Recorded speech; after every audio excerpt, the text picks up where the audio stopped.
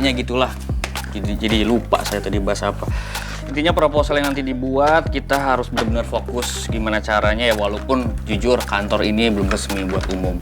Tapi kita semuanya ini harus mempersiapkan segala macam cara dan waktu agar semua itu bisa lancar. Kamu kan, Pak. Oke? Oke.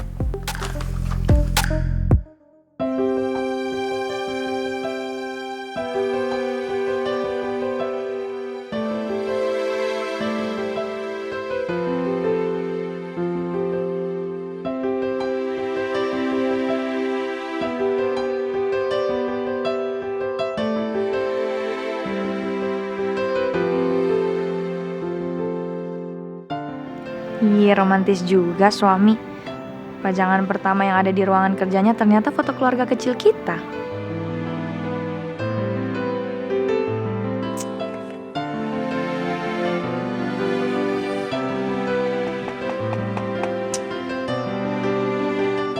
Tuh, suami tuh kan.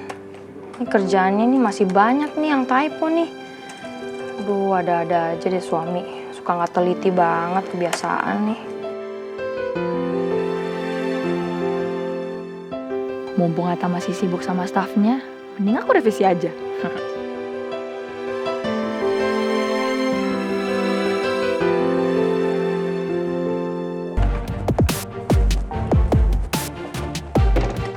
Harusnya proposal kayak gini tuh nggak usah nanya-nanya lagi. Harusnya kalian paham. Masa harus saya yang jelasin?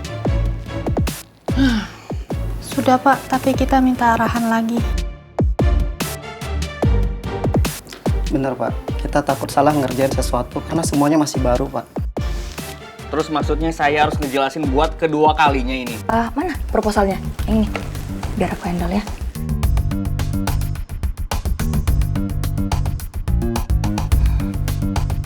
Yang mana proposalnya? Ini ya, biar aku handle ya suami.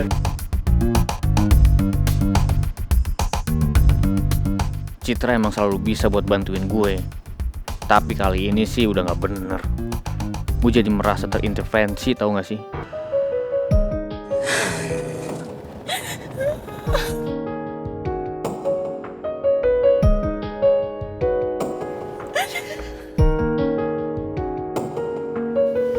Sayang, kamu yang tenang dulu ya.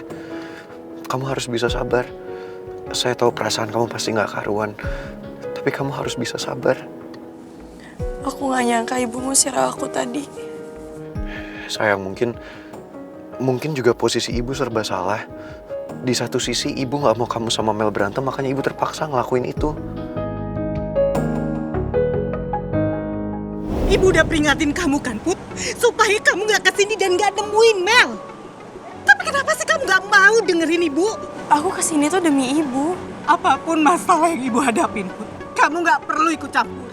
Karena yang ada masalahnya makin runyam. Sekali lagi ibu peringatin ke kamu ya, Bu. Kamu jangan pernah kesini sampai semua masalahnya selesai. Ibu tadi seolah gak peduli sama aku.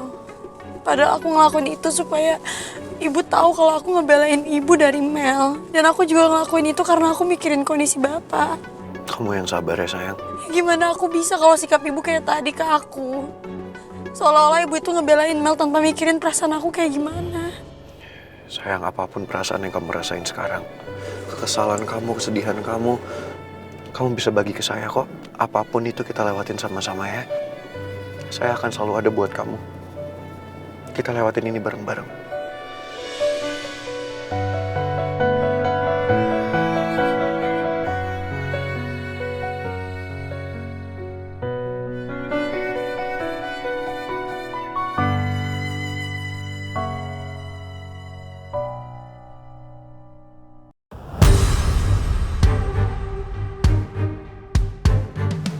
Sekarang Putri udah ninggalin rumah ini, Mel.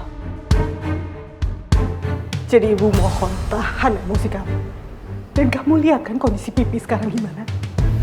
Bu, I know what to do. Jadi ibu nggak usah sok nasehatin aku deh.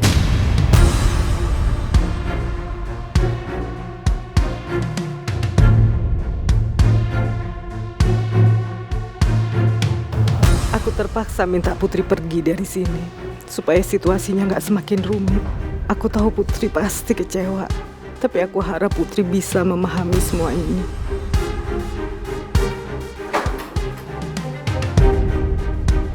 Gimana kondisi suami saya, Dok?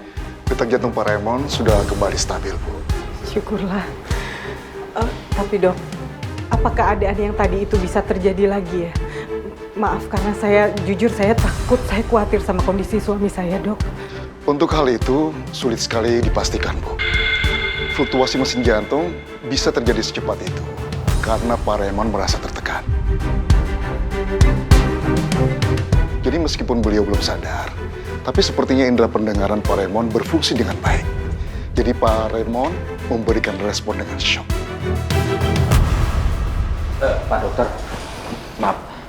Jadi maksud Pak dokter, kita semua nggak boleh emosi, apalagi sampai marah-marah.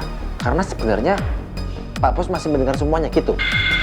Sebaiknya hindari pertengkaran di dekat Pak Raymond, supaya Pak Raymond tidak terbebani dan shock seperti tadi.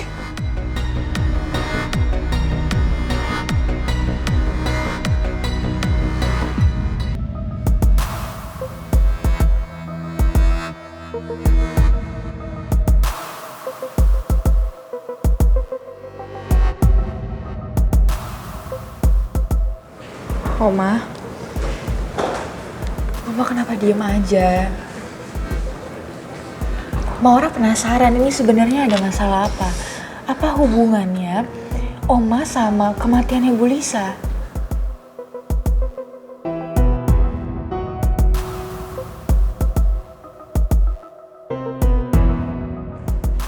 Oma lihat Lisa jatuh ke jurang.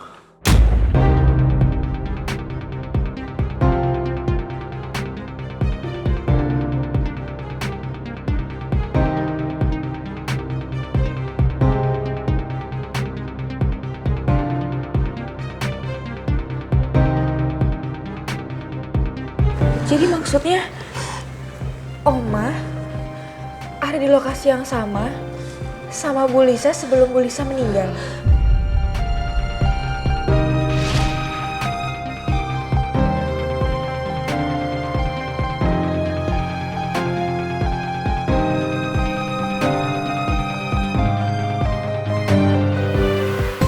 Oma berarti selama ini isu yang selalu Maura dengar kalau Oma terlibat dalam kematian Ibu Lisa itu benar?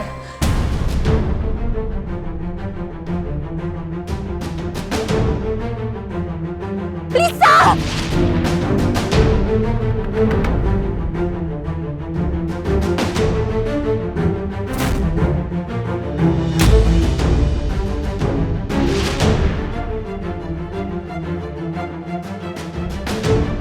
Oma nggak terlibat dengan kematiannya Lisa. Kebetulan aja Oma ada di tempat yang sama dengan Lisa. Karena kita sempat bersih tegang di jembatan itu dan tiba-tiba Lisa jatuh dari jembatan. Tapi bukan Oma yang dorong Lisa.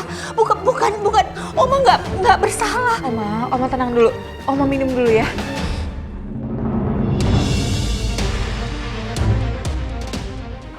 What really happened at that time?